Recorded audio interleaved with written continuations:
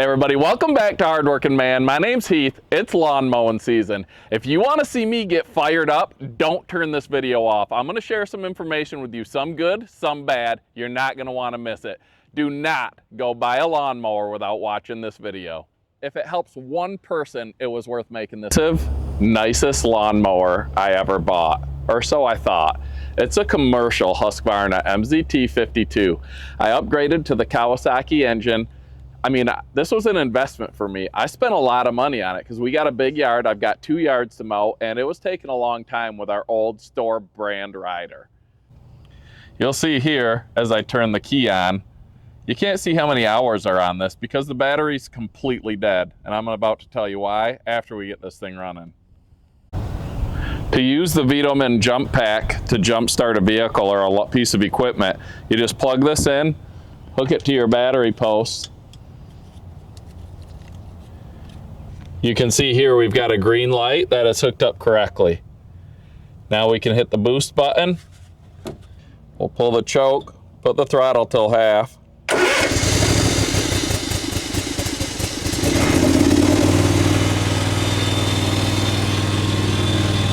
You can see, even though this thing's been sitting for quite a while, that Kawasaki engine fired right up. That wasn't the issue we had. The engine's been great. You can see there, this mower has 114 hours on it. That's not a lot.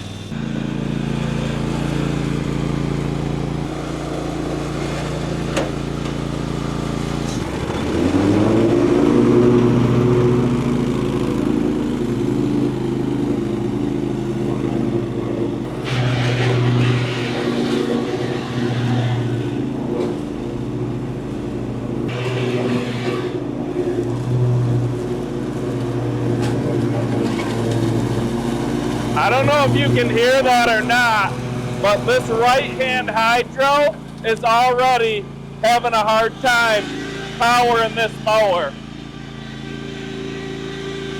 You can hear it just screaming.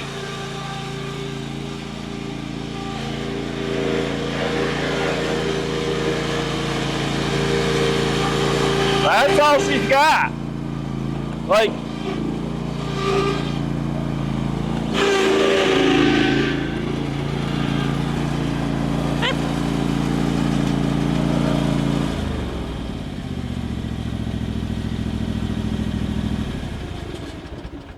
now I get it, like mechanical stuff can have issues. My problem with this mower isn't the fact that that right-hand hydro lasted less than 100 hours on an over $5,000 commercial mower. It's how the dealership and the company Husqvarna treated me, the consumer. Before I bought this mower, I looked at a lot of different mowers and talked to some different people, and the Husqvarna seemed like it had a lot to offer. It's got the nice manufactured deck, not the stamped deck. It was heavy duty, it has nice spindles. I got the Kawasaki engine. Like, I wanted this mower to last me a long time. I bought it early in the year, actually planning ahead, which is rare for me. So I think I bought this thing in February. We don't mow here in Michigan until April or May.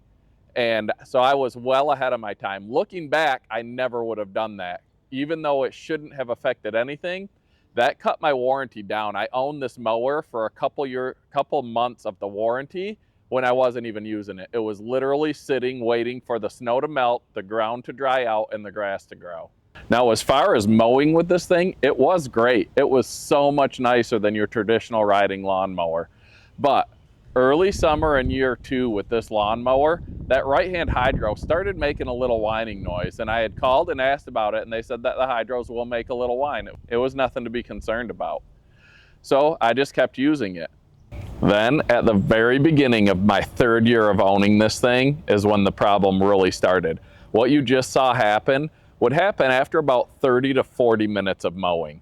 And I called because when I bought this thing, they told me, you've got a 3-year bumper-to-bumper warranty. Everything's covered except for the wearable parts. So I was like, well, that's pretty decent, I guess. It was a lot of money. I understand you can't have warranties forever, but 3 years bumper to bumper. He literally told me that like 5 times. Bumper to bumper, everything but the consumables. Like I said, the mower blades, the belts, the things that can wear out. So as I was having issues early in the 3rd year, I called the dealership back. It was Ball Equipment in Richmond. I was like, hey, this is what's going on. I wanted to check on my warranty. So she looked it up. She got my name, got the information, looked it up. She said, yep, you have 9 months left on your warranty. I said, this is my issue. She's like, it sounds like it might be a hydro. Go ahead and bring it in and we'll take care of it for you. So I did. I packed it up, brought it in. I said, you know what? While it's here, why don't you do a full service? So I got the oil change, I got the blade sharpened, I got everything done. They called me a couple weeks later, said my mower's ready to be picked up. I was pretty happy with that. I showed up to pick it up and I said, so what exactly was the issue? And they're like, what do you mean? You had a full service. I said, yeah, but that right-hand hydro was bad. And they're like, no, our mechanic drove it. He said it's fine. I was like, it's not fine. It literally won't turn to the left. It whines really loud and it won't go after like 30 to 45 minutes of driving. So they said, well, you can go talk to the mechanic. I did that. I talked to the mechanic who drove it. He's like, I drove it around in the parking lot for like 20, 30 minutes and it was fine. I said, listen, when you mow with it for 30 to 40 minutes, it doesn't work. He said, I'll tell you what, take it. If it does it again, call us and we'll get that warranty part ordered for you. I said, I know it's gonna do it again. I'll take a video of it if you'd like. So I took the mower. The very next time I mowed, sure enough, it did the same thing. I took a video of it doing that same thing, screaming and having no power on the right-hand side. So I called them back up and I was like, hey, it's doing it again. I've got a video I can show you. They said, nope, we don't need that. We'll go ahead and get that warranty claim in for you. It's still under warranty. A couple days later, I got a call from the service manager and she said, I need the hours on your tractor and I need the serial number off the right-hand hydraulic unit, not from the mower, off the actual hydro motor. So I got that for her. That's gonna be relevant here in a little bit.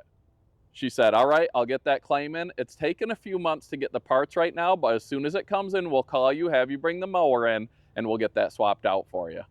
So trying not to be a pest, I just sat and waited. 2 months went by, 3 months went by. It was pushing up on 4, and I said, you know what? I'm gonna call and check on it. Now at this point, I'd already had to go out and buy another mower. I bought an old John Deere GT235. I can't go all summer without a lawnmower. So I picked that thing up and that's what I'd been using. Well, this thing sat waiting for parts. I called, I checked on the warranty claim and they were like, what warranty claim? We don't have a warranty claim on your mower. I said, yes, you do. I brought it in, you said it was fine. I told you it wasn't. I then called back and you told me you'd start the warranty claim. Nope, we never told you that. I said, if you didn't tell me that, how would I know that you need the hours off the mower and the serial number off the hydraulic motor in order to file a warranty claim? And she says, I don't know how you would know that. I said, because you told me that. You asked for that information so you could file my warranty claim. I never told you that, she says. I said, well, then how would I know this? I'm not making this up. And so she says, okay, well, now I have that information, which how would she have it if I hadn't given it to her? I'll get your claim started. So now summer's almost gone. The claim still hasn't been put in on this. And I've had to mow with a backup regular rider all summer long while my over $5,000 commercial mower sat here useless. At that point, they had asked, are you still using the mower? And I said, no, it's almost unusable at this point because they had told me initially that I could keep mowing with it, that it wasn't gonna do any more damage than was already done. That's how it's now up to 114 hours. That's how long I was able to milk it out for. So then they said, well, why don't you just bring it in and that way we'll get you taken care of. So I did, I brought it in again and I dropped it off. How can they forget about it now? They can't, right? Well, I was wrong yet again. Ball Equipment in Richmond let me down another time. I called a few months later to check on it once again, and they said, oh, I was meaning to call the Husqvarna rep because that's not under warranty anymore. I said, what are you talking about? They said, the hydros only have a 2-year warranty on them, not 3 years. I told them, I was told multiple times, bumper to bumper, 3-year warranty. I called early in the year and they told me I had 9 months left on my warranty. They told me twice that they had filed my warranty claim, yet none of this had happened. And I'm still here with a broken mower, now sitting in their shop. They said, well, we're in between Husqvarna reps right now, so we're gonna talk to the new guy. They should take care of you because it failed at around 100 hours, which is unacceptable, which I agreed. So then time went by again. They didn't call me. I called them back. And they said, oh, we talked to the Husqvarna rep. There's nothing they can do for you. Those hydros only had a 2-year warranty on them. It's going to be $1,200 to fix it, but we can offer you $50 off. Are you kidding me? I was furious. I was not happy. The worst experience I've ever had with a dealer. And now, maybe the brand. I, at this point, didn't believe that they ever talked to a Husqvarna rep. I said, no, you will not fix my mower. I called another Husqvarna dealer in town, and I asked them how much to fix my mower. And their price, without my $50 off for them having my mower for so long, was cheaper than the discounted price at Ball Equipment in Richmond. So I wasn't happy, to say the least. I went and picked my mower up. This was the following spring now at this point. My mower, which I would store covered all the time because I bought it brand new, I took care of it, had sat outside all winter uncovered. The paint is faded, everything was, you can tell it had sat outside. When I picked it up, it was running, waiting for me. I loaded it in my trailer. Sales manager came by and said, hey, how's everything going? I said, not very good. This has been one of the worst experiences I've ever had. And he goes, huh, that's too bad, and walked away. Are you kidding me? That's how a manager treats somebody who's dealing in one of the worst experiences. So I get home, I go to start the mower up to get it off my trailer, and the battery is stone dead. Why, you might ask? Well, I'm guessing because they let it sit outside all winter, the battery drained somehow and then froze. So now my battery's junk, my mower's faded. I haven't used it in over a year almost at this point. I've been run around, lied to, called a liar. Like, are you kidding me at this point? So now I'm like, you know what? I don't know. I wasn't gonna say anything. I was just gonna get it fixed at the other dealership. At that point, probably sell it because I don't trust this thing anymore. But I thought to myself, you know what? Maybe Ball Equipment never contacted Husqvarna. I wanna give them a fair chance to make this right. So I went on their website. I tried to find the contact information. All I could find was where you type up an email or whatever. There was all the different selections. So I selected problem with a dealer. I spent over 30 minutes typing out this entire story and submitted it, thinking they're gonna read this, they're gonna get a hold of me, maybe they'll make it right, maybe they were never contacted in the first place. My hopes were quickly dashed when I instantly received an auto reply message from the website with some generic answers and a thing saying, we believe this fixes your problem. I'm like, are you kidding me? I spent over 30 minutes and that's all I get. So I thought, you know what, maybe that's just the initial response and someone will get a hold of me in the next day or two. Well, I was sadly mistaken. All I got was the following day, a thing saying that we believe we solved your problem, your case is closed. At that point, I'm done. I'm not jumping through hoops. I'm not gonna do all this stuff to try to get a hold of Husqvarna. If that's how they take care of their customers, I'm not gonna be one of your customers. You can tell how heated I'm getting just talking about this. This mower's been sitting now for over a year because I just don't know what to do with it. I've been so frustrated, so upset. I just mow with the John Deere mower and I just didn't even know what to do. I wasn't gonna say anything, but I talked to people and they're like, you know what, share your experience. One, you can save people from going to that dealership, which I already have. People ask my opinion a lot at work and around the neighborhood. And in fact, a guy from my work was going to go buy a over $6,000 mower with cash that night. And they said, you better talk to Postma first. He was gonna go to Ball Equipment. He talked to me. He then went to the other dealer in town and bought that mower. So just them not taking care of one customer in that one transaction cost them an over $6,000 cash sale. And it's cost them more than that. And it's not because I'm vindictive. It's not because I'm out to get them. It's just because I share my experiences. Most of them are good. If it's just something minor, whatever, it is what it is. But something like this, I feel like I needed to share. If I could save someone from having to deal with that dealer, which I've heard many bad stories about since I started talking to people and wish I had asked before I bought my mower from them. And the company like this, you're a big company. You need to take care of your people. That's why I like companies that the owners or the managers, the sales teams, take care of their customers. So far, this hasn't been one of them. So if you're thinking about buying a new mower, a commercial zero turn, I'd recommend not going with Ball Equipment in Richmond and probably steering clear of Husqvarna. Even though a lot of people have these mowers and they're good mowers, to me, that's great. It is a decent mower, but when there's no customer service behind it, any piece of equipment can fail at 100 hours. It is what it is. Stuff happens. It wasn't abused. It wasn't commercially used. I should have been taken care of, I feel, especially since I was told it was under warranty. When I called, I was told I had 9 months left of my warranty. Like, I just got nowhere with this besides just frustrated and mad. So if I can save you from dealing with that, that's what it's all about. Hardworking Man, we try to help people out, the good, the bad, and the ugly. This is the bad and the ugly.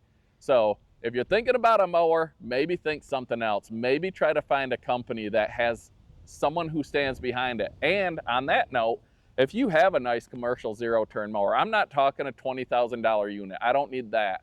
But if you have one and you've had customer service that's been above and beyond, let me know, because I'm probably not keeping this thing. I'll get it fixed. I'm not going to sell a broken mower to someone else, but I'm going to need something else. And I want something that if there is a problem with it, the company's going to stand behind it. So let me know in the comments. Or if you've had a problem with Husqvarna or any other dealership, like any other brand, a similar issue, something that failed way prematurely.